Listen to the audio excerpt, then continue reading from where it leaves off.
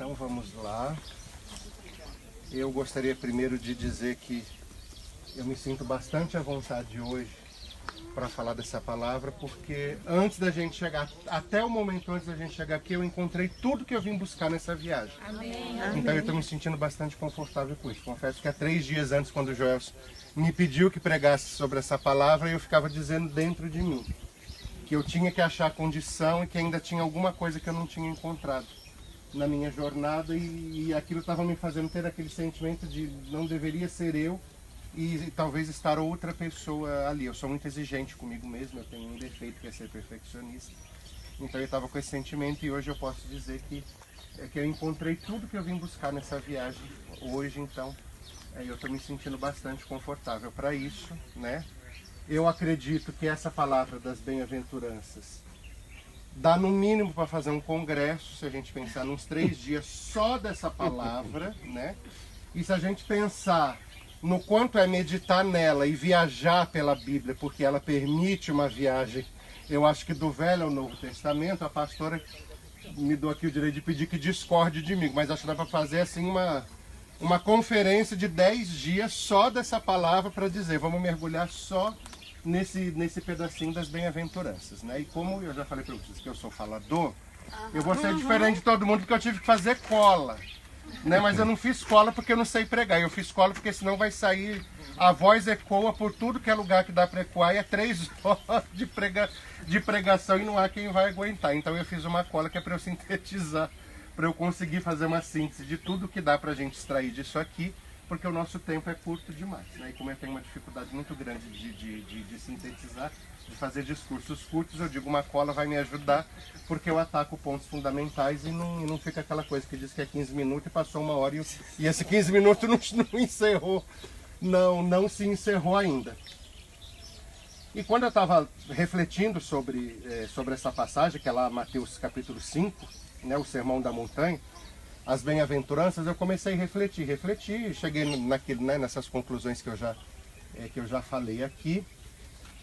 E aí eu pedi a Deus que me desse uma inspiração de como é que eu ia sintetizar tanta coisa, tanto aprendizado que a gente tem para a nossa vida a respeito dessa palavra, né? E começou a vir fluir várias coisas, né? E aí eu me peguei lendo, né, um pouco depois dessa palavra, Mateus 5, ainda no capítulo 5, verso 44, né?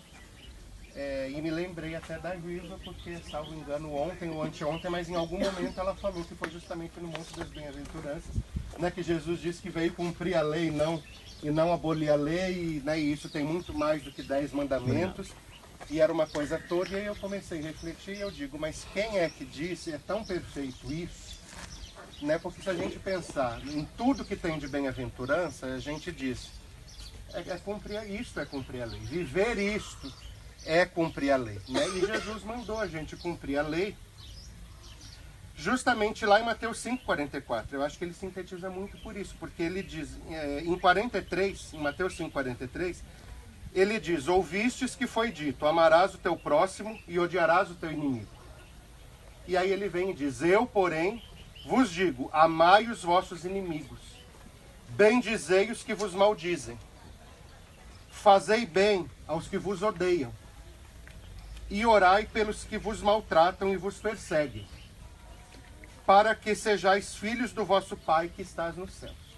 Ou seja, ele diz justamente para a gente exalar amor, que a nossa vida seja um exalar de amor, por meio de todas essas atitudes, né, de bendizer aqueles que nos maldizem, de amar os inimigos, de fazer bem àqueles que nos odeiam, de orar pelos que nos maltratam e que nos perseguem, né, para que a gente possa ser filho dele. E aí, refletindo sobre isso, eu digo, mas o que é isso? Se não o mínimo necessário para a gente conseguir viver tudo que está nas bem-aventuranças, né? Porque lá nas bem-aventuranças, ele vai falar que bem-aventurados os pobres de espírito, porque deles é o reino de Deus, né? Vai falar sobre os que choram, porque eles serão consolados, né? E evidentemente aqui Jesus não está falando de chorar por causa da tristeza, por causa dos nossos problemas, mas eu me remeto à ideia de que o choro que ele fala aqui é da gente chorar por reconhecer que somos pecadores, que temos uma vida de pecado e que nos arrependemos e, portanto, precisamos da misericórdia e do perdão dele o tempo inteiro, para que apesar de viver num mundo de pecado e sermos pecadores, a gente não viva na prática do pecado, né? Bem-aventurados aqueles que são mansos, porque herdarão a terra, né?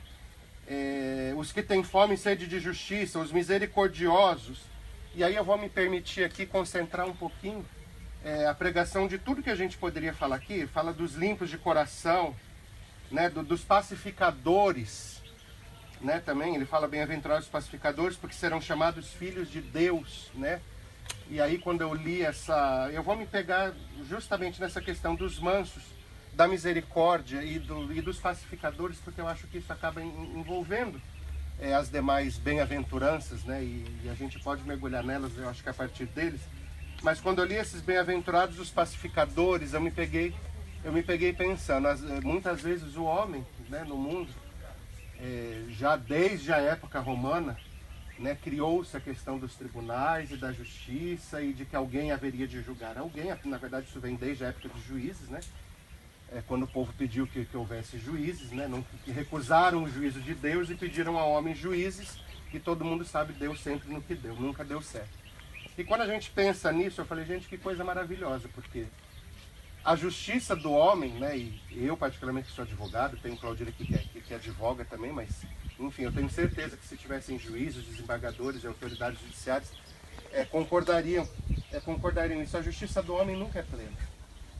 Ela nunca consegue reparar todo o dano que foi causado a alguém, né? Quando a gente pensa, alguém agrediu, ofendeu alguém moralmente, praticou um ato contra a honra, contra a imagem, contra a dignidade daquela pessoa, vai ao juízo, busca uma reparação por dano moral.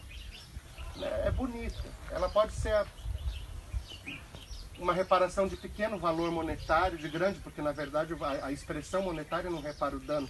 Ela é uma forma da pessoa ter coisas e fazer coisas que vão ajudá-la a lidar com aquele sofrimento e a superar, né? Essa é a grande essência da reparação moral. Mas eu digo, repara tudo. Não repara. Não repara. Se você pensar, né? Se você pensar numa pessoa que foi ofendida publicamente, maltratada, uma pessoa a quem foi atribuído um fato que ela não praticou, né, publicamente, numa televisão, não tem dinheiro que vai reparar aquilo, porque sempre aquela pessoa vai carregar aquela dor de saber aonde eu vou passar, vai ter alguém que pode me reconhecer, por exemplo, e dizer, nossa, aquele lá foi a pessoa e foi acusado de uma coisa que nem fez, né, muitas vezes. Então a justiça do homem, ela nunca vai reparar tudo. Né, mas a justiça de Deus repara, por isso que ele diz para a gente ser pacificadores, ou seja, para nós buscarmos que as pessoas se reconciliem entre si, que haja reconciliação. Então é um mandamento para nós todos, Igreja de Cristo, que a gente procure, em vendo que existem dissensos e discórdias, ajudar os nossos irmãos que eles se reconciliem, que eles voltem a estar conciliados, porque esse é o único caminho de uma reparação plena. Né? Ela é mais rápida, ela é mais prática e ela é mais eficiente. Né? Ela é mais eficiente. Colocar as pessoas umas próximas às outras, vamos nos entender, vamos nos perdoar mutuamente, né? E fazer que isso seja simplesmente algo que vai ficar esquecido lá no passado. Né? Quando Jesus fala, bem-aventurados os mansos, porque eles herdarão a terra, né? Eu fiquei me pensando aqui no que era ser manso, se não praticar a humildade, né? E praticar a humildade nada mais é do que reconhecer que precisa de Jesus, é reconhecer que não é melhor, que não é maior, que não está numa condição acima de ninguém, ainda que a gente tenha, seja nas nossas igrejas, seja na nossa vida profissional principalmente, né, na vida pessoal de cada um, uma posição melhor do que os outros. Né? E aí eu me lembrava daquela pregação maravilhosa que o Bispo Vanderlei fez, né, que nos presenteou com aquela pregação, dizendo, né, as pessoas têm direito de ter carro, de ter mansão, de ter tudo, mas a gente não deve usar isso para querer achar que a gente é melhor do que ninguém, porque aquele que não tem nada ou aquele que tem tudo, ele é ser humano igual, ele é filho de Deus igual, né? E para ele chegar ao reino dos céus e ouvido de Deus, vinde bendito de meu Pai, ele tem que trilhar o mesmo caminho, né? E aquele caminho que muitas vezes a gente vê as pessoas trilhando nesse mundo que eu acho que está cada vez mais complicado e difícil de viver, é justamente o caminho que o bispo falou para a gente se afastar. Né? A pessoa tem uma casinha de um jeito, tem uma casona, já estica o peito e quer ter preferência em cima dos outros. Tem um carrão, passa por você olhando quem é você. A gente diz, mas para onde foi? Né? Pelo menos quando a gente está entre os irmãos, a gente diz, mas cadê? Aonde está o valor espiritual da fé? Para onde está indo a salvação dessa pessoa? O dinheiro, a conta bancária e o patrimônio está aumentando, mas a comunhão com Deus, pelo jeito, está diminuindo, porque ela está passando a achar que ele é alguma coisa por causa do que ela tem. Então ela está esquecendo de que aquilo foi dado por ela, né, para ela por Deus, e aliás foi dado até o momento que ele quiser, porque no momento que ele não quiser, ele tira isso, né? E eu anotei bastante, quer dizer, o que é a gente ser manso, senão a gente ser sereno, a gente ser pacífico, a gente ter brandura, né? A gente saber perdoar. E eu lembrei da Risa quando falou que do ensinamento de Jesus, que era, né, tomou uma bofetada, vai dando outra e até perguntar, mas afinal de contas, o que você precisa? O que você quer para ser feliz, se sentir satisfeito e dar por resolvido isso, e você segue o seu caminho que eu sigo o meu. Mas ser manso é isso, porque se a gente não for manso, a gente não consegue fazer isso, né? E vamos combinar que tem hora que aparece umas bênçãos de Deus na frente da gente, que dá vontade da gente pegar um chicote, pregar na cruz. Só Jesus da causa. Só Jesus da causa. Mas é nessa hora que Jesus nos chama a ser mansos de espírito, né? E, essa tentação, né? E resistir a isso. Né? E fazer esse exercício de fé e resistir e lembrar. E lembrar, eu ouvi uma palavra há pouco tempo de um bispo na minha igreja, né? Eu, Joelson, a Madalena, nós somos obreiros na nossa igreja, e eu com a minha esposa, nós temos a responsabilidade de auxiliar os pastores a cuidar desses obreiros, né? E o bispo que cuida dos obreiros no Brasil todo, ele fez uma reunião conosco que somos líderes, e ele falou justamente disso, que às vezes ele falou, olha, a gente recebe pessoas, né, para ajudar, para atender, até pessoas que estão entre nós, elas estão tão aflitas, elas às vezes estão tão perdidas, aquela pessoa que está dentro da igreja, mas ela não está com Jesus, ela já se perdeu. Ele falou, e a gente ouve tanta agressão, né? E aí ele nos ensinou, ele falou, olha, não sejam agressivos.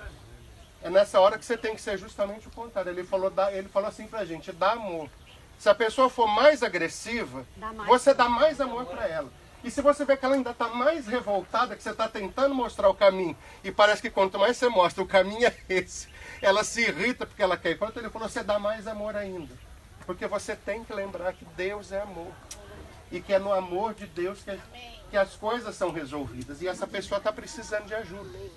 E se a gente não for manso para dar esse amor, né, para aquele que vem contra a gente, como que ele vai conhecer o amor de Deus? Aliás, como é que ele vai reconhecer luz em nós? Né? Porque Jesus manda aqui em Mateus, no capítulo 5, ele fala que nós somos a luz do mundo. Então, se nós somos a luz do mundo, a gente tem que exalar essa alegria, esse brilho, essa paz, de forma que a gente dissipe as trevas de diante daqueles que nos cercam, e muitas vezes sem falar. Porque eu particularmente penso que a melhor pregação é aquela que é feita com o nosso caráter, com a nossa conduta. Não com as palavras, porque as palavras pregar é fácil. A gente anunciar é fácil. O viver, a gente vive e a gente sabe às vezes o quanto é difícil viver, quantas vezes a gente dobra o joelho, não é, bispo? E chora e pede, Deus me ensina, me educa e me corrige, porque não é fácil viver. E aí eu fui meditar sobre bem-aventurados os misericordiosos, porque eles alcançarão misericórdia. E eu acho que misericórdia tem tudo a ver com a questão do ser manso, com a questão do ser humilde, com a questão de chorar para reconhecer que é pecador, que precisa, né, que precisa de Jesus. E aí eu até fui pesquisar, né, o dicionário diz que misericórdia é um sentimento de dor e de solidariedade em relação a quem sofre uma tragédia pessoal, que caiu em alguma desgraça, né, e que a gente tem que ter... que a gente tem que ter o sentimento e praticar a manifestação de um sentimento de compaixão, de piedade, de apoio, de perdão, de graça e de clemência. Né? E eu falei, olha, o próprio dicionário, né, que é uma coisa só de construção da língua, nada tem a ver com o lado espiritual, já nos remete, né, a essa ideia. E eu fiquei pensando, como é glorioso isso, porque como é que a gente vai praticar misericórdia se a gente não é manso?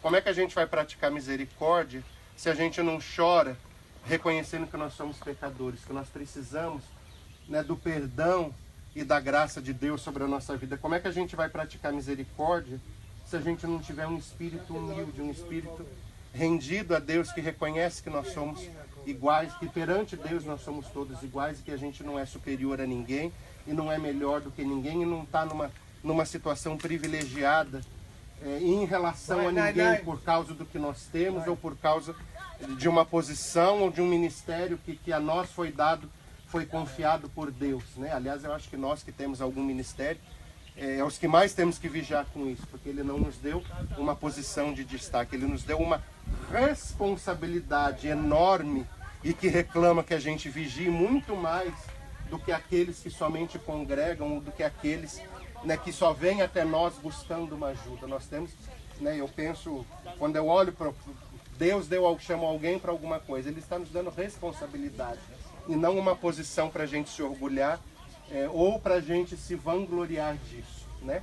E a minha síntese disso é tudo isso, é que quando a gente lê que Deus manda, amarás o teu próximo como a ti mesmo, né? E amar os que nos maldizem, os que nos odeiam, orar, e tudo aquilo que a gente lê, eu falei, gente, como isso é glorioso, porque uma palavra testifica a outra, dentro da mesma palavra, e a gente poderia achar isso, o pastor Daniel esses dias falou lá do livro de Provérbios, que não é isso, pastor, que começava, o senhor falou alguma coisa a respeito do livro de Provérbios, e eu fui até procurar, e em Provérbios fala que os sábios buscam a sabedoria, eles buscam viver o entendimento. Em algum momento o senhor falou alguma coisa de Provérbios, eu não me lembro exatamente o que ou quando, porque me fugiu a memória, mas o senhor falou alguma coisa com relação a Deus lá no livro de Provérbios, e eu fui folhear Provérbios porque me veio essa lembrança, e eu digo, como é rico, a gente vai lendo e Deus vai, né, Deus vai inspirando. Por isso que eu falo em programa que falar 15 minutos, passa 3 horas e não acabou, porque vai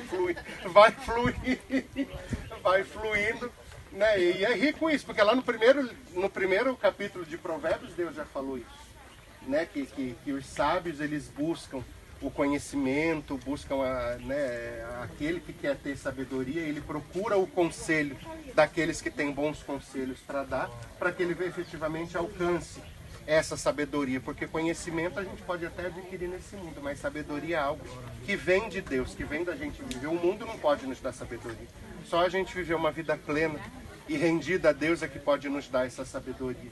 E se a gente não tiver sabedoria, a gente não consegue viver essas bem-aventuranças. Então, que coisa maravilhosa a gente saber que nós estamos aqui no lugar onde Jesus, né, anunciou. Não vim abolir a lei, eu vim cumpri-la, e eu vim cumpri-la com esse mandamento, para amar os que nos odeiam, para orar por aqueles que nos caluniam, que nos perseguem, que nos difamam, né, que professam contra nós, né? Tem aqui uma outra bem-aventurança muito, muito profunda, né? Bem-aventurados os que sofrem, bem-aventurados sois quando vos injuriarem e perseguirem e mentindo disserem todo o mal contra vós por minha causa, né? Quer dizer, aquela perseguição que a gente vai ser perseguido porque a gente está reconhecendo Jesus, porque a gente está anunciando Jesus. E ele foi perseguido, né? E a gente sabe que está na palavra também, se ele foi perseguido, nós também, ele nos alertou de que nós seríamos perseguidos. Por isso que verdade é afirmar que a vida em Cristo e a vida com Deus não é uma vida de facilidade. Ele não veio nos trazer, ele não nos chamou uma vida de facilidade, ele nos chamou uma vida de sacrifício e de abnegação o tempo inteiro.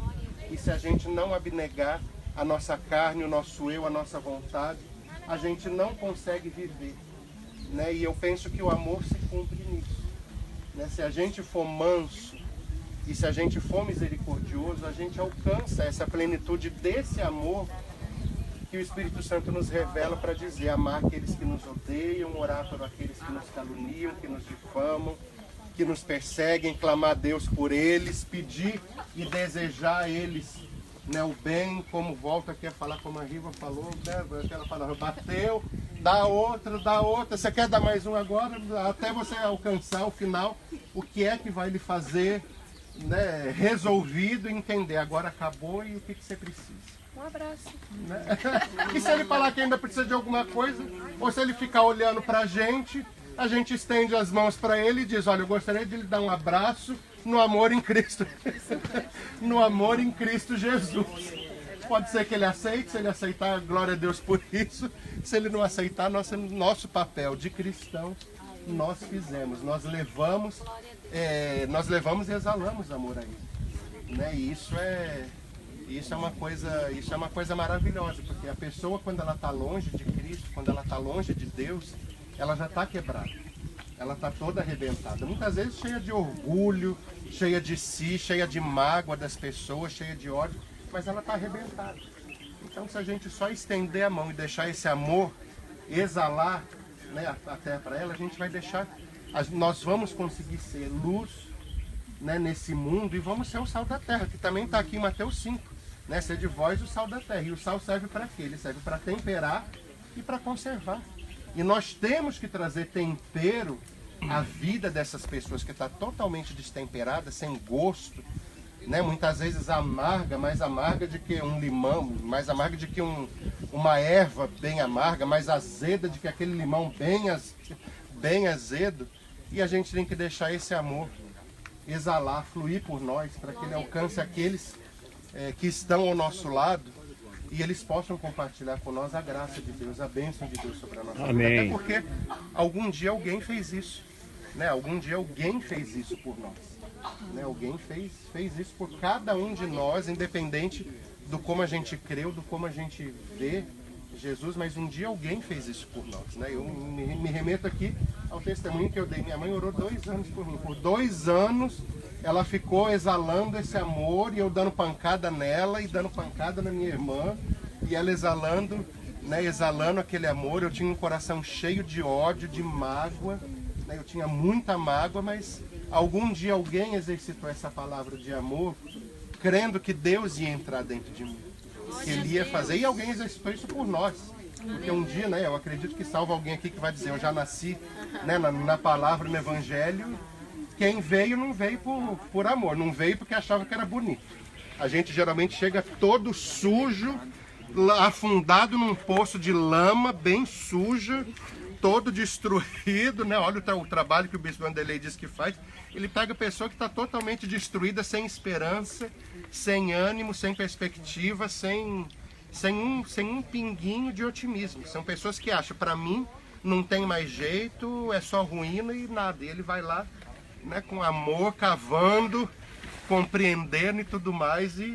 Né, e cada um de nós faz isso nas nossas igrejas, eu creio, com o trabalho, né, que nos é dado. E olha, eu espero ter conseguido deixar fluir um pouquinho de Deus sobre mim, porque foram essas as reflexões que eu consegui, de maneira bastante resumida, ter a respeito dessa palavra e fazer a respeito dessa palavra, né, para todos nós. Peço aqui, né, considerando que nós temos pregadores aqui, tem pastor Júnior, tem pastor Daniel, tem a pastora Gorete, tem a bispa Cláudia, tem o bispo Vanderlei.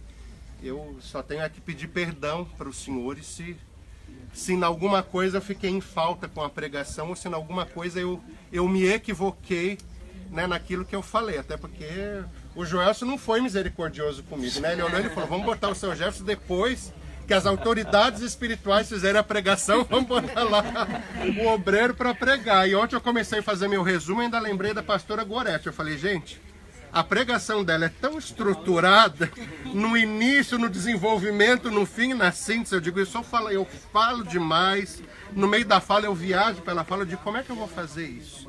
Se eu não organizar esse negócio, a pastora vai falar, mas que camarada todo desestruturado, mas que pregação todo esquisito, que começa a falar uma coisa, vai para outra e volta. Eu confesso que eu fiquei tremendo. Eu falei, gente, depois de pregar, um pouco depois de uma pessoa que prega uma estrutura tão boa, tão bonita de se ver, assim? Me bota alguém todo falastrão e informal e tudo para pregar. Eu digo, mas que beleza, que maravilha que o obreiro Joelson arrumou. Como é que é seu nome? Jefferson. Jefferson, sabe por que você é assim? Deus não te chamou à toa. Amém. Você não fala demais. Eu vou te explicar. Você está em cima de algo que tem a ver com o seu jeito. Lá na minha terra tem um ditado que diz assim, pedra mole, pedra dura. A tanto bate até que fura. Você fala muito porque Deus te chamou desse jeito. Porque tem pessoa que só numa palavra ele não muda. Então Deus te usa você para falar mesmo. Porque um dia essa palavra vai penetrar e vai quebrar essa pedra. Amém. Glória a Deus por isso. Vamos orar? Receba essa palavra e essa bênção. Amém. Vamos orar. Pessoal, vamos fazer oração. Essa pedra que você sentou é a pedra de vulcão, que a lava que é dura, é muito dura a quebrar. Ô, glória. Pessoal, vamos orar agora. Vou pedir para a senhora Ana fazer a oração. Porque o pessoal já está doidinho para subir nas pedras aqui, ó. Não, também está Tá, fechando. então vamos lá, ora. A gente precisa sair. Senhor, nosso Deus e nosso Pai, nós te louvamos, Senhor, por mais este dia que o Senhor nos presenteia, Senhor Deus, com tanto conhecimento prático da Tua palavra, Senhor, daquilo, Senhor, que o Senhor ensinou nesta terra, Senhor Deus, aos seus discípulos e a todos aqueles, Senhor, que queriam ouvir, Senhor Deus, as Tuas palavras, queriam seguir os Teus caminhos, Senhor. Obrigada por estarmos aqui, Senhor, nesta manhã, Senhor Deus, no lugar, Senhor Jesus, que o Senhor ensinou, Senhor Deus, àqueles que tinham o coração aberto para aprender. Que nós também, Senhor, tenhamos o nosso coração aberto, Senhor, para recebermos de Ti toda a direção, todo o ensino, Senhor, para que possamos levar para as nossas casas, para as nossas igrejas, Senhor, para onde quer que nós possamos ir, aquilo que o Senhor está ministrando ao nosso coração. Amém. Benditas palavras, Senhor Deus, que elas possam germinar, florescer e frutificar nos nossos corações. Nós te louvamos pela Tua fidelidade, pela fidelidade da Tua palavra, Senhor, por tudo aquilo que estamos vivendo e por tudo aquilo que ainda vamos viver. Obrigada, Senhor, em nome de Jesus. Amém. Amém. Graças a Deus.